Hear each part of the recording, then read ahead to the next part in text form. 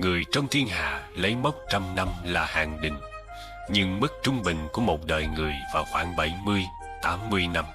Tới lúc ấy rồi thì ai cũng đến đi theo lẽ đời hư ảo. Thời hoa niên tung bay khắp năm châu bốn bể, học hỏi, đào luyện bản thân và khám phá thế gian nhiều biến động, nhưng cũng rất tươi tắn lạ kỳ. Đến lúc trung niên bắt đầu học cách dừng lại, chiêm nghiệm lẽ vi diệu của cuộc đời, nội tâm hướng vào trong và bắt đầu sống hòa hợp với vũ trụ, nhân sinh. Lão niên bắt đầu rệu rạo, sinh mạng như lá mùa thu, xác xơ và lung lay trước gió, chỉ chờ ngày nhân duyên sinh mệnh chấm dứt, lại trở về cội nguồn đất mẹ, theo vòng quay sinh diệt của đất trời mà luân hồi trong muôn ngàn biểu hiện có, không. Tâm thái lúc giờ đây đã học được cách dần buông bỏ mong cầu. Đôi bàn tay bắt đầu biết chơ đi những gì đã từng chấp thủ. Vào lúc 7, 8, 90 ấy, trên đầu già thật rồi, vô thường lão tử không còn gửi thư thăm hỏi, mà đã đến ôm sát cạnh bên. Hãy thử ngẫm vào giây phút ra đi ấy, những người ta đã yêu thương, những ai đã từng thù hận, những điều trân quý, những thứ phấn đấu cả đời đạt được, rồi có nghĩa lý gì? Đứng một bên bất lực mà nhìn lại xác thân tứ đại của mình đang nằm lạnh lùng kia, cùng những người quen biết vây quanh, từ sâu trong tâm khảm họ đang khóc thương hay trách móc. Vào phút giây ấy, thứ mà người ta nhớ đến nhau nhất là gì nếu không là sự tử tế? Một đời duyên phận, năm tháng bình yên, hạnh phúc sẽ chia cùng nhau trên một đoạn đường ân nghĩa. Nếu ai đó khóc thương cho sự ra đi của mình, thì ít nhất với họ, mình đã sống tốt đẹp. Giá trị cả đời người đong đo bằng những điều mà người ta đã làm cho người khác và sự cống hiến dành cho cuộc đời này. Ta đã làm gì để giúp đỡ và cứu vớt được cho ai?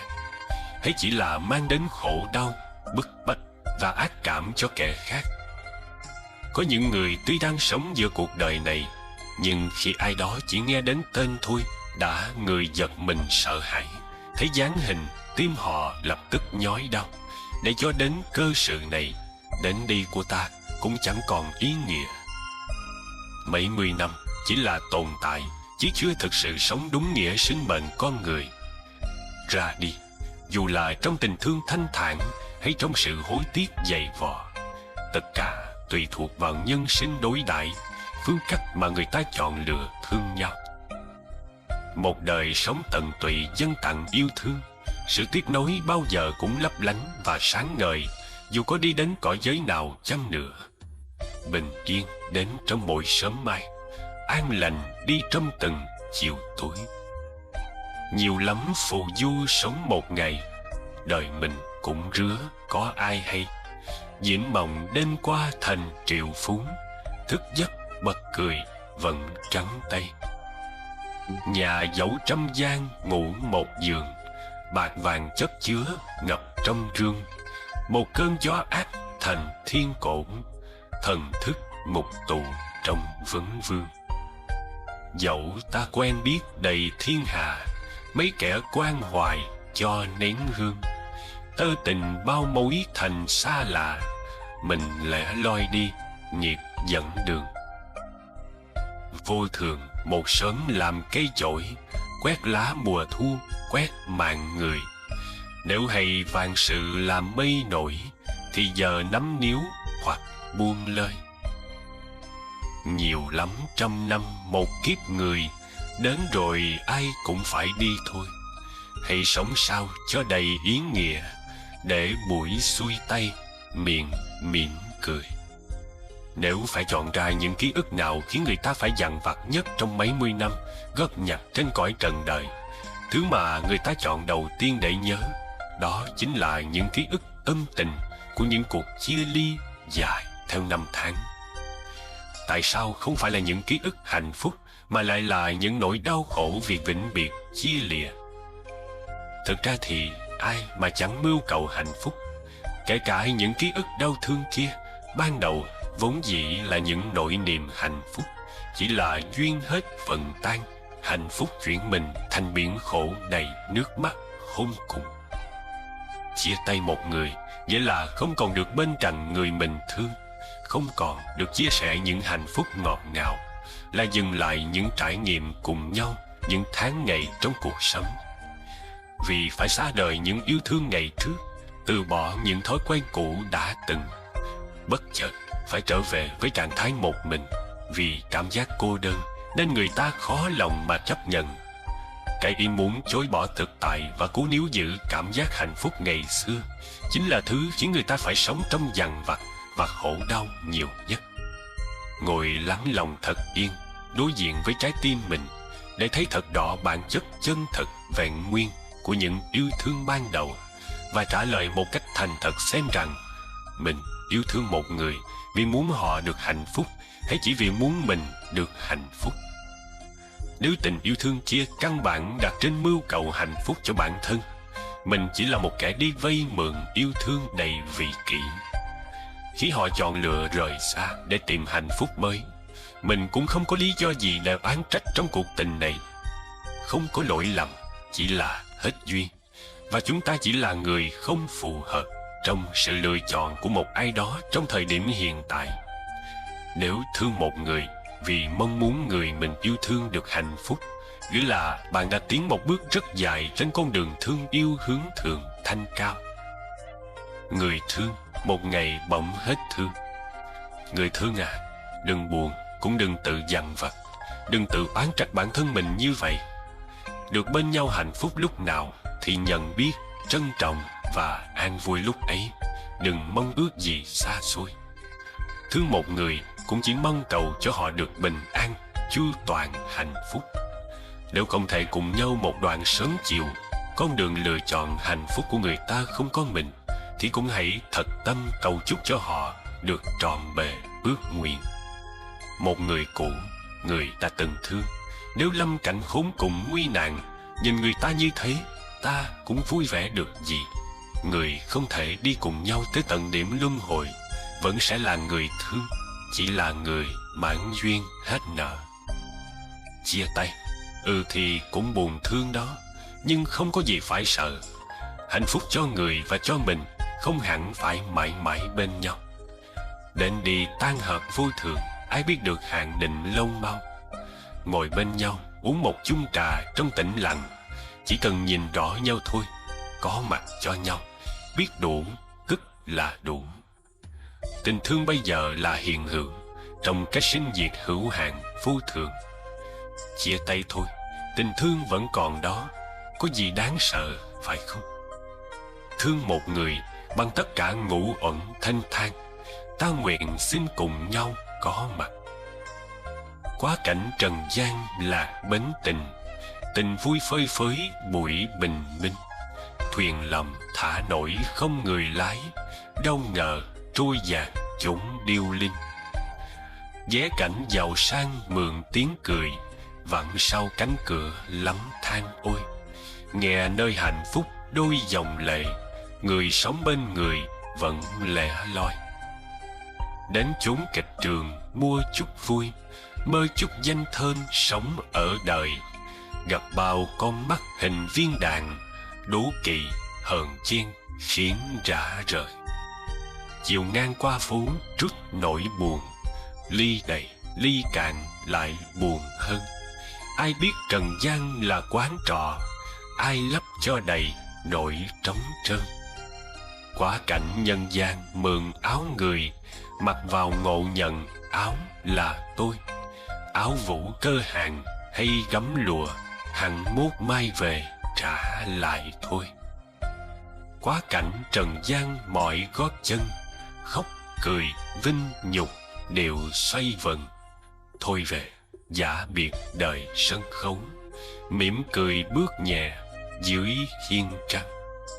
Tổn thương vì một ai đó cũng có nghĩa là chấp nhận cho những sai lầm của họ dày xéo lên sự tĩnh lặng và bình an của tâm mình. Khi chọn thương một người xa lạ, chính mình đã mở cánh cửa cuộc đời cho họ bước vào, thì cũng hãy dũng cảm đứng lên mà mời họ ra khỏi tâm trí mình khi có quá nhiều thương tích, khổ đau. Yêu một người không có nghĩa là phải cam chịu và thỏa hiệp với khổ đau do họ mang lại. Thương yêu là cùng nhau hàn gắn vết thương và có thể khiến cho những ký ức khổ đau thăng hoa lên thành hạnh phúc chân thực.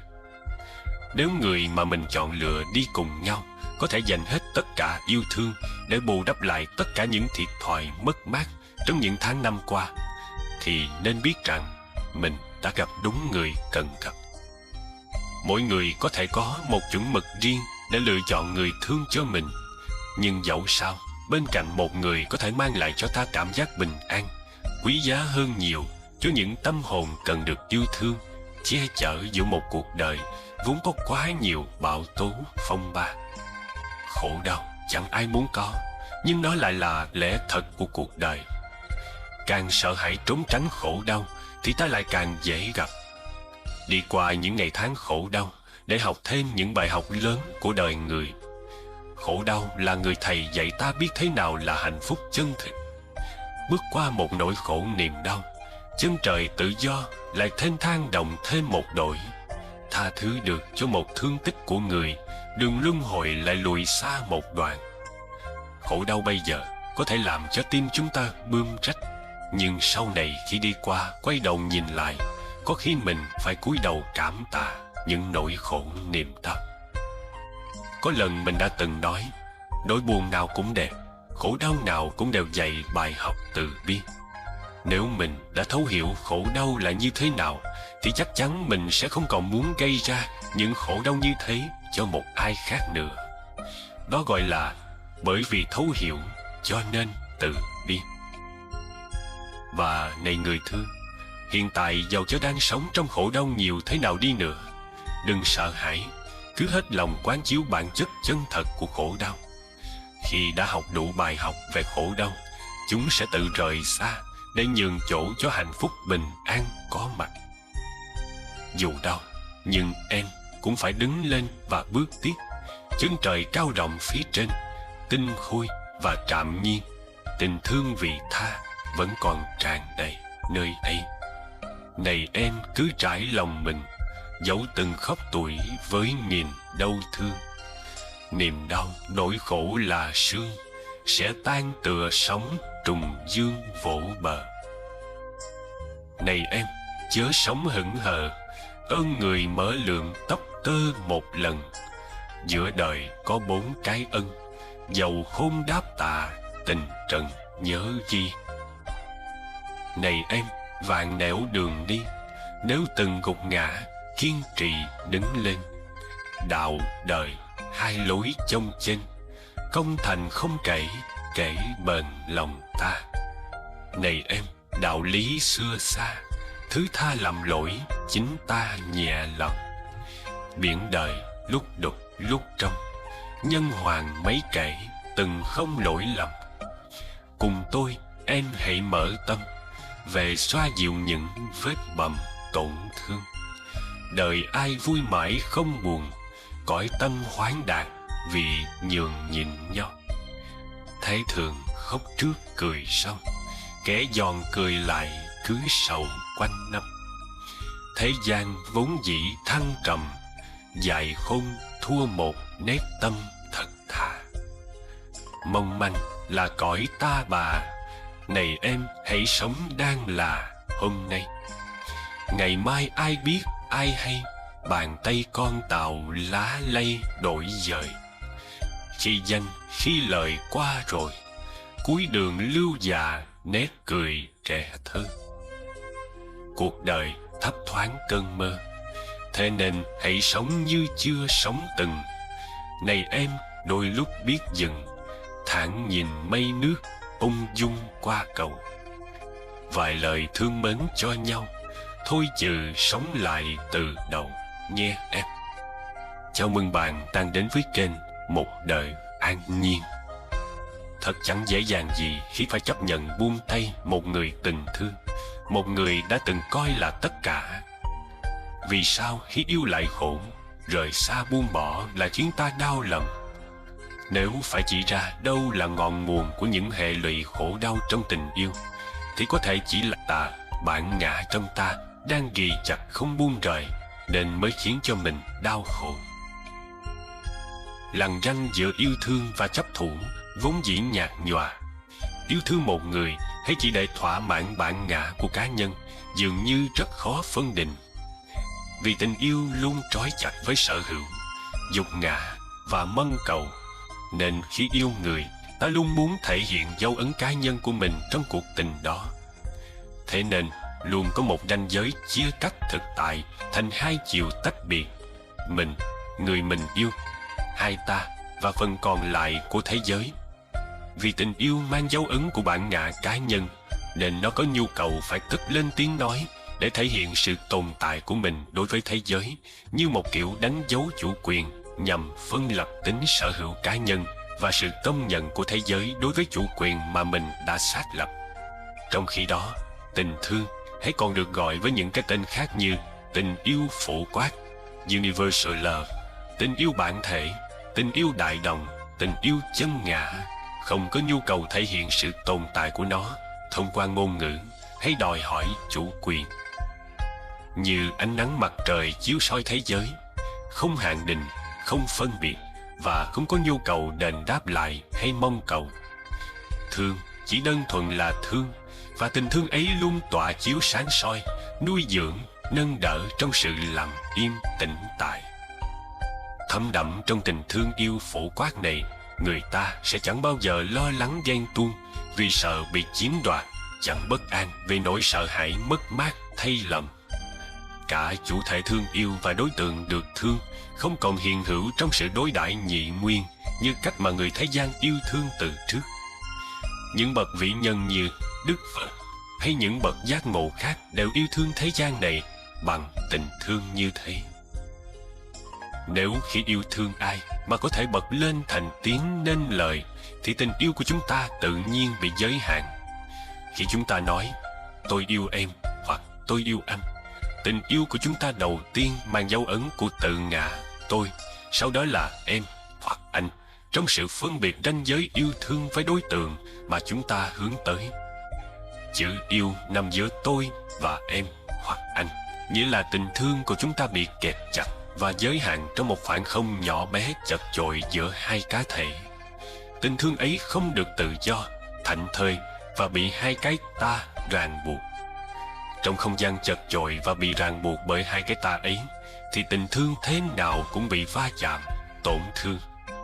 Độ hạnh phúc của tình yêu thương phụ thuộc rất nhiều vào không gian tự do mà cả hai có thể hiến tặng cho nhau trong tình cảm. Tu tập là hành trình vận động chuyển hóa và nâng tầm bản chất tình thương, cùng sự mở rộng phạm vi chấp thủ vào bản ngã của mỗi người khi yêu thương một ai khác. Người có thể mang đến những hạnh phúc ái ân, nhưng cũng để lại những vết thương đầy đoạn trường, nghiệt ngã.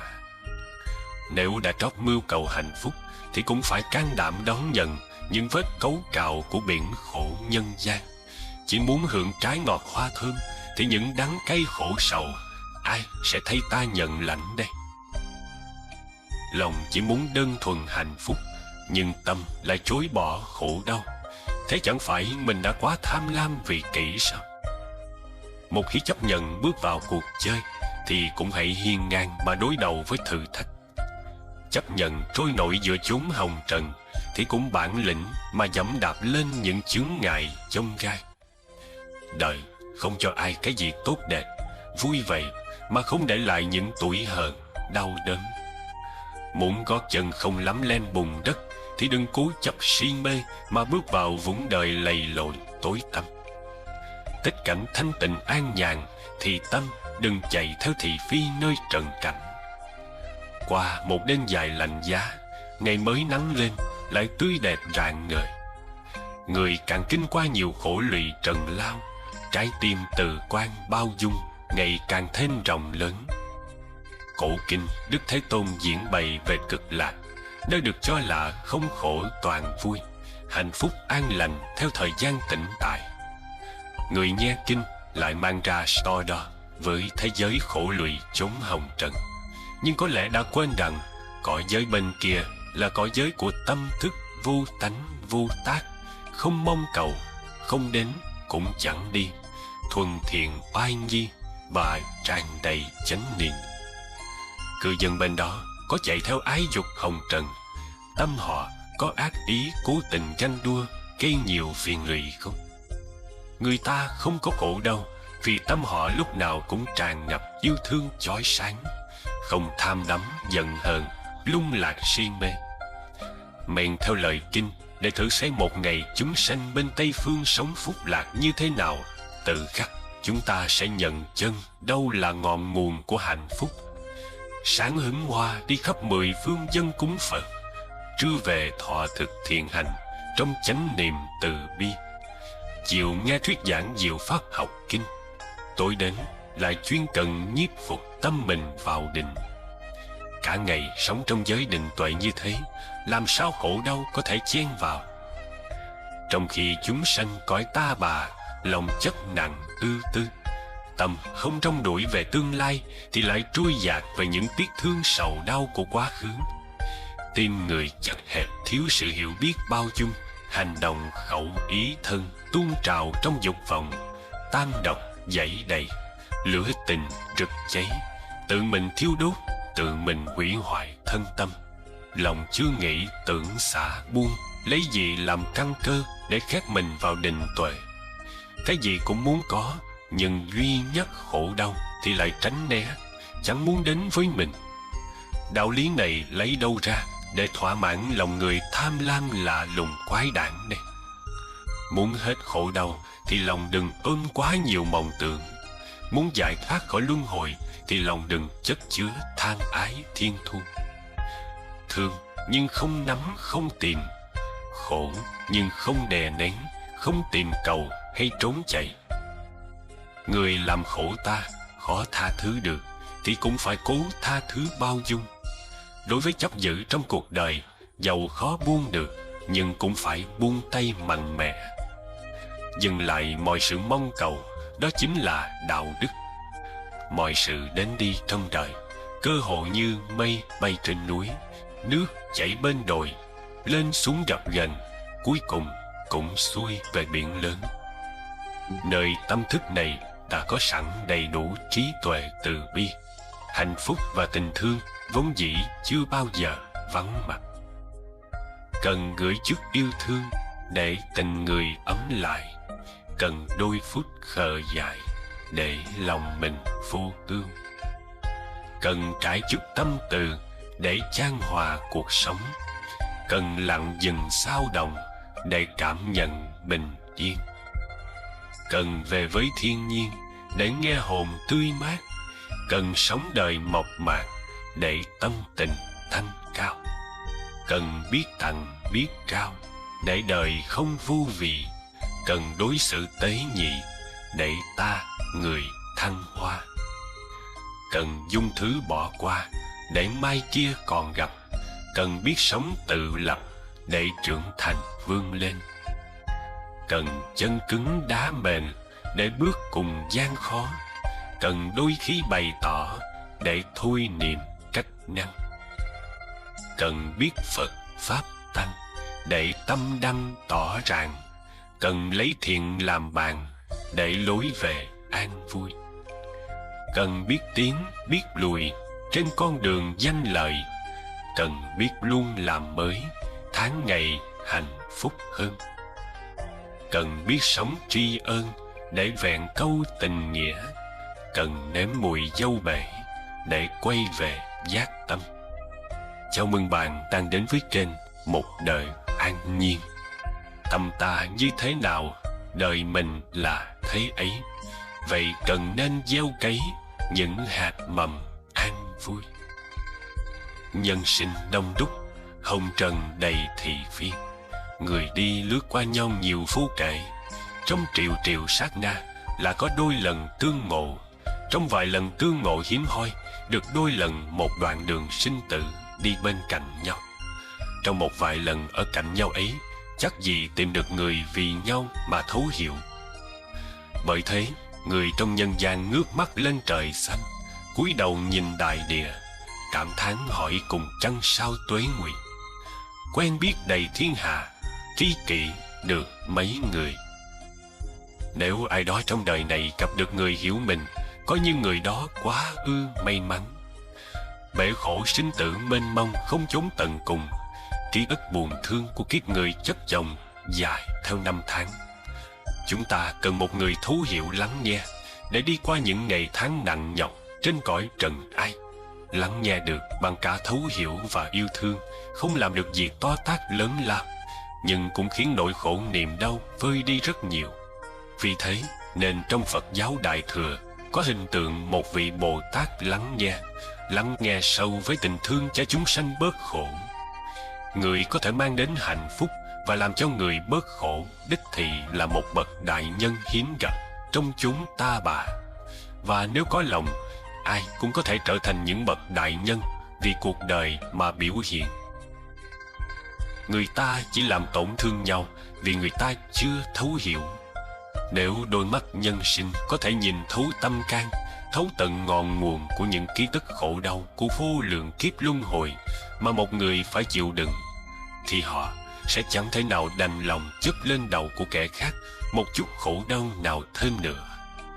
Người gây ra khổ đau cho kẻ khác chính là những người đã hoặc đang ôm trong mình những giày vò, thương tích, tổn thương.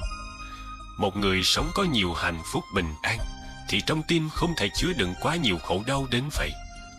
Thấy được điều này để biết rằng người gây ra khổ đau cũng là nạn nhân của những đau khổ. Họ thiếu một chút phước duyên để thực tập làm thăng hoa những khổ đau và biến khổ đau thành tình thương và trí tuệ cho mình. Một người chưa dễ thương, một người có quá nhiều sân hận, cần rất nhiều sự bao dung, tình thương và sự thấu hiểu của kẻ khác. Tiếc thay, vì chưa thấu hiểu nên khi bị ai đó làm đau, người ta lại ném khổ đau nhiều hơn trở lại kẻ làm đau mình. Và cứ thế, nỗi khổ niềm đau ngày một thêm sâu, không hồi kết. Người có trí tuệ sâu và có tình thương lớn là người đủ dũng khí ôm nhận những nỗi đau của mình mà không phản kháng hay làm vung vãi nỗi đau của mình lên kẻ khác. Ngọn lửa khổ đau khi chạm tới những người này, chúng phải dừng lại và hóa thành những cơn gió làng mây vụt thoát lên trên chân trời tự do, cao rộng ngàn đời, để trên mặt đất chỉ còn lại bình an và những cánh hoa vàng lặng lẽ rơi, gối đầu không mộng mị. Nếu một ngày ai đó gửi cho mình một gói quà chứa đầy khổ đau nước mắt, hãy cứ an nhiên trong lành mà mở nỗi đau khổ ấy ra xem, mỉm cười và gói ghém lại cẩn thận rồi cất vào đâu đó. Cũng đừng bận tâm hay trách móc người gửi tặng mình. Không sao đâu, chỉ là người ta chưa thấu hiểu. Rồi có một chiều khi nắng phai, vui buồn thương ghét những bi ai, ta cười thả gió nghìn tâm sự, luẩn quẩn niềm riêng sống mệt nhòa. Rồi bỗng một ngày ta liễu tri, niềm chân hạnh phúc biết cho đi. Ngày mai nhỡ tiếng vô thường gọi, ta có mang theo được những gì? Rồi chợt một lần ta nhận ra, trên đời mọi thứ sẽ phôi pha, không chỉ chắc thật và miên viễn, và dĩ nhiên ta cũng đã già. Ta trả mây trời bao viễn mơ của ngày tuổi trẻ đã xa mờ, của đêm quen sống trong hoài niệm, bỏ hiện tại gầy hao xác xơ. Ta đã cưu mang một kiếp người, một đời gom nhặt chẳng hề ngơi, có quên chớp mắt trần gian mộng mà sống mênh mang cuộc khóc cười. Rồi bỗng một ngày ta hiểu ra, thân này đâu phải của riêng ta, mảnh tâm cuồng vọng làm đau khổ, có nghĩa gì đâu để mặn mà. Rồi buổi sớm nào trên bến sông, tâm hồn ta chợt thấy mênh mông, lặng nghe trong cõi đời sâu thẳm, chẳng có chi ngoài lẽ sắc không. Chào mừng bạn đang đến với kênh Một Đời An Nhiên. Sau đây, mời bạn lắng nghe bài đọc Bài học nửa đời. Nửa đời người tôi hiểu được, vô thường ấy lẽ thường nhiên, và ta chỉ là chiếc lá trong rừng nhân loại vô biên. Nếu có một điều vĩnh cửu, thì đó chính là đổi thay. Đổi thay chẳng hề thay đổi, đành hanh tại thế gian này. đều ta cho là hạnh phúc, nào phải cứ là bên nhau. Dẫu hai phương trời cách biệt, vẫn vui ý hợp tâm đầu.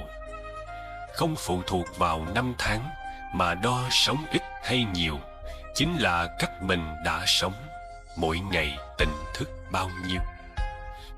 Đã hơn một lần tự mình vấn hoặc, đợi chờ có còn là niềm hạnh phúc khi thân ở đây, mà tâm thổn thức hướng đến một chốn xa nào.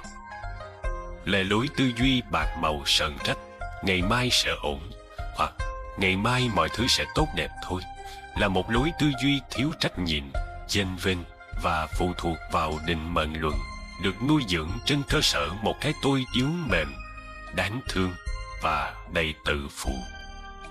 Đã từng chờ một người nơi xa mới biết nhung nhớ tố cạo bình an nhiều bao nhiêu, và ai đang mong một ngày mai tương lai tốt đẹp mới hiểu được những vết hằn sâu thất vọng, chán chường ngao ngán giường nào.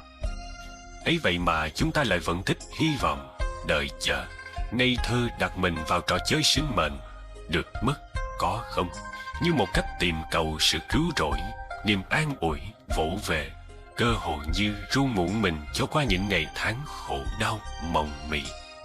Ngày mai có chắc sẽ tốt đẹp hơn, hay ngày càng tồi tệ hơn, khổ đau nhiều hơn như thế?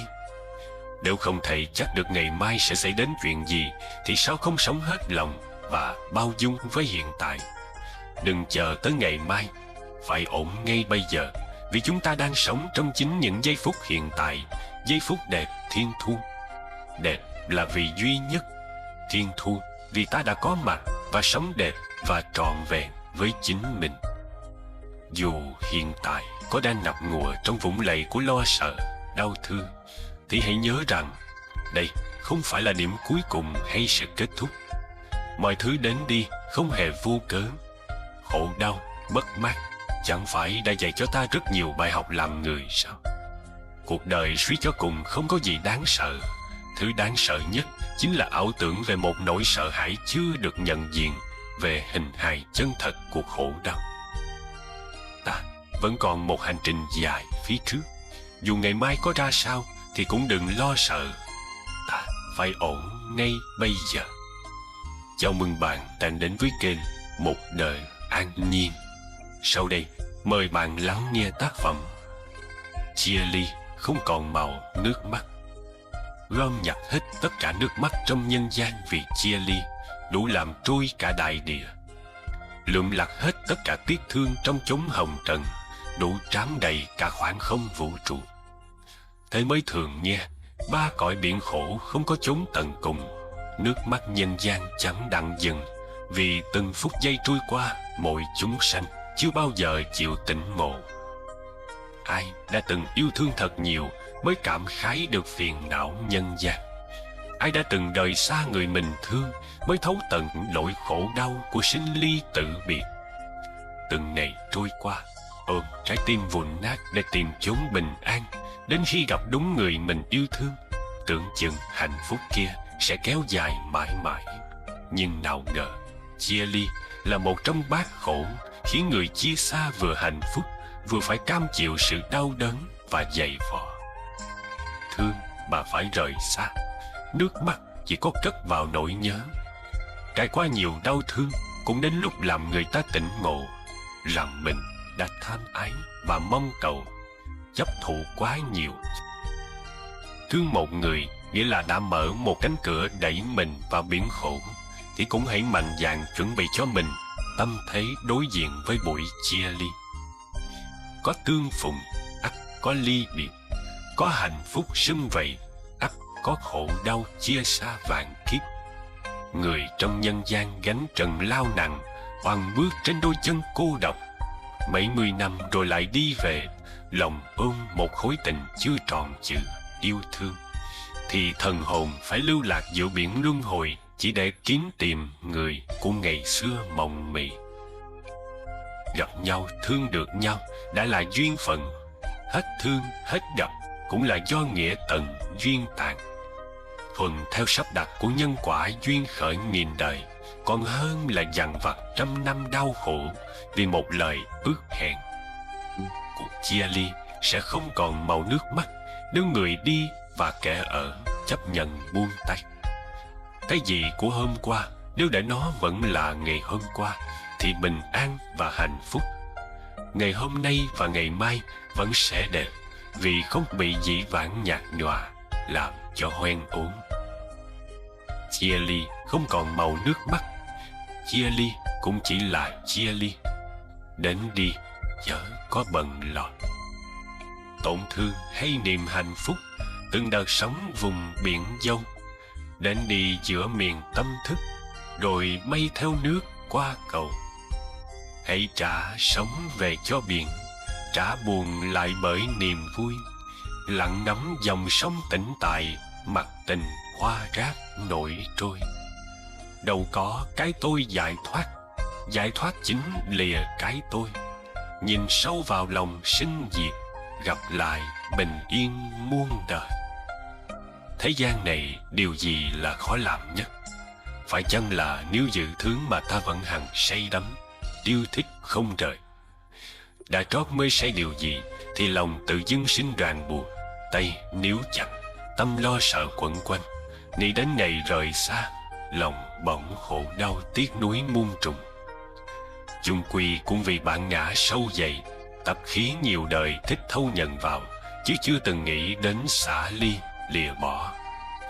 Thường nhân sinh mộng mị cũng có buông bỏ xa rời, nhưng không phải tự thân chủ động xa lìa, mà là bất lực nắm níu cho tới khi sức cùng lực cạn, thống khổ không thể giữ thêm.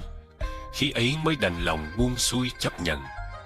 Cũng là buông bỏ, nhưng tâm thế khác nhau. Một đằng tự buông, và một đằng buộc phải bỏ. Tất nhiên, hệ lụy và khổ đau cũng khác nhau nhiều. Có khi nào ngồi lại thành thật với chính mình, ngẫm nghĩ xem những gì ngày xưa ta từng say đắm, giờ còn lại gì? Nếu không là những đống tàn tro ký ức, chẳng thể gợi thành lời. Nếu không là những tuổi nhục triền miên của những kiếp đời lên đên phận mòn, còn gì nữa?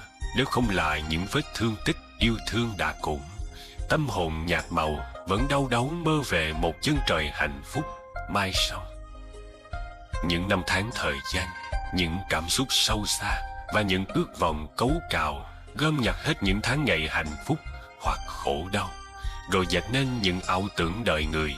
Mình mơ trong mơ và chưa bao giờ dù là một sát na sống cho trọn lòng với thực tại. Người quên mất con đường, quên mất chốn về, quên đi những nước mắt đại dương vẫn ngày đêm nhấn chìm nhân sinh trong khổ nạn. Và ta chưa thật sự thương mình. Hóa ra ta mới là một chúng sanh đầy khổ nạn cần cứu vớt hơn bao giờ hết. Ta chưa cứu nổi mình thì cứu nổi ai? Những thứ ngày xưa ta đắm say giờ thành trần ai khói bụi bên đường. Gió thổi qua, hạt trần ai bay xa tít mù khơi vàng dặm, chỉ còn lại mình ngồi ôm đống tro tàn ký ức. Qua muôn kiếp diệt sinh, bao giờ ta chưa giật mình tỉnh thức, thì ngày ấy vẫn còn chìm trong những mong manh cuồn vội lưng chìm. Mưa đường trần dầm về qua từng kiếp diệt sinh, bụi đường hoen phai đi màu áo bạc vô thường. Một mai người hành giả tỉnh giấc phù hoa, đưa tay hứng giọt tịnh thủy cam lộ, gột rửa hết những đoạn trường mỏi mệt. Rồi thì ta là ai đây, giữa những bộn bề mất được, giọt nắng bên trời nào rơi rụng giữa hư không. Sở dĩ ngày hôm nay phải chứng kiến đôi tay này chịu sự buông rời, vì ngày xưa đôi tay này đã từng nắm giữ một vật hữu hình, nắm giữ chút danh phận phù hoa, nắm giữ hình bóng của một người mà bản thân ngỡ như là tất cả, nắm giữ những ký ức nhạt màu hay vui vẻ. Cuối cùng còn lại gì nếu không là những vết sần chai lì trong cảm xúc, hốt hoảng và lo âu, khổ đau và ám ảnh đè nặng trái tim mình. Nắm giữ bất cứ thứ gì đều không đúng với quy luật tự nhiên của tạo hóa. Lúc đến hay đi vào cuộc đời này chỉ có hai bàn tay chẳng bao giờ nắm chặt, thì tại sao lại làm phiền lụy đời mình bằng một thứ gì quá bé nhỏ, chỉ có thể giữ trong lòng bàn tay, mà quên đi còn cả bầu trời cao vời ngoài kia, cả cả vũ trụ bao la, biển người qua lại đâu rồi?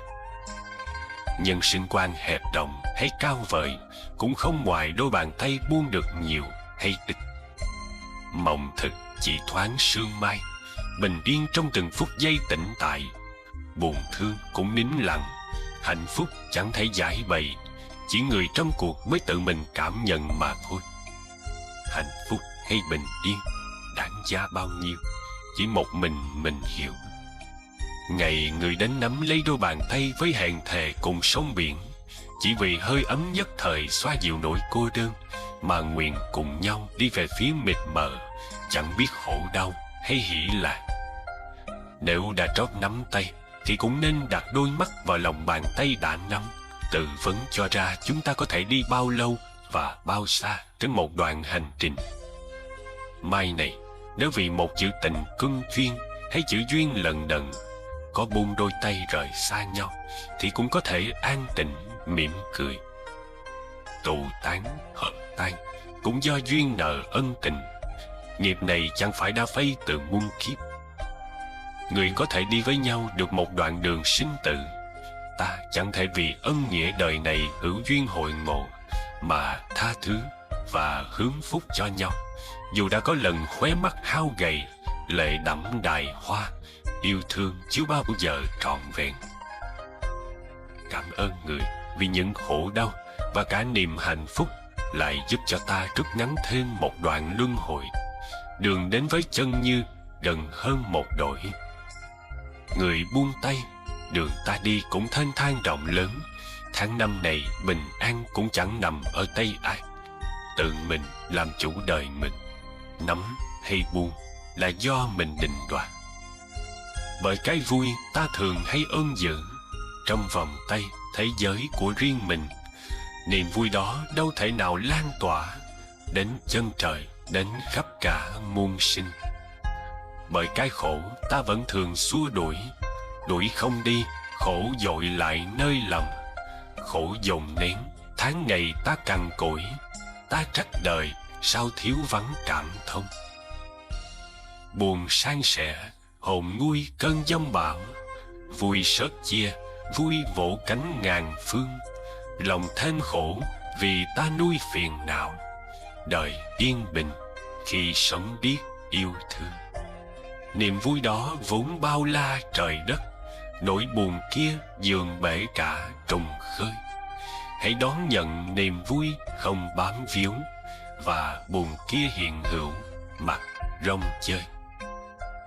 Đời có cả mật ngọt và mật đắng, có những ngày mưa nắng hẹn hò nhau. Hồn như núi soi xuống dòng tĩnh lặng, trong an nhiên thuyền nước giữa vui sầu. Chào mừng bạn đang đến với kênh Một Đời An Nhiên. Sau đây, mời bạn lắng nghe bài đọc Như thế cuộc đời. Đau thương mới gọi là tình, khổ ưu mới gọi nhân sinh kiếp người. Đổi thay mới gọi cuộc đời, khóc cười mới gọi luân hồi nhục vinh. Thăng trầm mới gọi điêu linh, mệt nhoài mới gọi ba sinh nổi chìm. Tự tri mới gọi biết mình, vong nguyên mới gọi hữu tình đắm say. Trót màn lấy mảnh hình hài, đời là rứa đó đắng cay làm gì. Buồn nhiều sự chẳng khác chi, lo nhiều đánh mất lưu ly hiền tiền. Đảo điên mới gọi là tiền, mê lầm mới gọi trung chuyên cõi tình. Chỉ vì là phận chúng sinh còn ôm giấc mộng vô minh ngủ dài. Nhọc nhằn mới gọi trần ai, thú đau thương hẹn lai rai với sầu. Không ưng phủi áo qua cầu, chưa cam thì khổ chớ hầu bỏ tha. Hiểu chăng đây tội ta bà, khổ đau hạnh phúc vốn là bạn thân. Ngày nào về lại nguồn chân, mới mong giả biệt gian truân cuộc đời. Thì thôi chấp nhận mỉm cười, bao dung tâm lượng cho đời rộng thêm. Ngồi yên giữa cuộc lênh đênh, biết đâu vượt thoát hai bên vui buồn. để lòng ngát một làn hương từ miền cúa quần chân thường thoảng qua. Cảm ơn những tháng mùa đông, biết ngày xuân đến ấm nồng ban mai. Cảm ơn thất bại đắng cay, để cười mãn nguyện hôm nay công thành. Cảm ơn từ chối đoạn đành, để ta dấn bước thực hành trải qua. Cảm ơn lời lẽ xót xa, từ nay biết sẽ thốt ra những gì. Cảm ơn tiếng bất tiếng chì, hiểu lòng nhân thấy chẳng vì bận tâm. Cảm ơn ngày đó lạc lầm, mà nay tránh khỏi hố hầm đọa xa. Cảm ơn hạnh phúc nở hoa, ngắm thời gian khó bao là chắc chiêu. Cảm ơn đau khổ cô liêu, khiến ta lắng lại học nhiều điều hay. Cảm ơn cuộc sống cuồng quay, để trân quý một phút giây yên bình. Cảm ơn ai đã vô tình ngộ ra cảm giác khi mình vong ân. Cảm ơn kẻ oán người thân, cho ta thành tựu chữ nhân chữ hòa. Cảm ơn đạo lý Phật Đà, giữa đời thuận nghịch vẫn là thông dong. Cảm ơn trời đất mênh mông, ôi sao nói trọn tiếng lòng cảm ơn.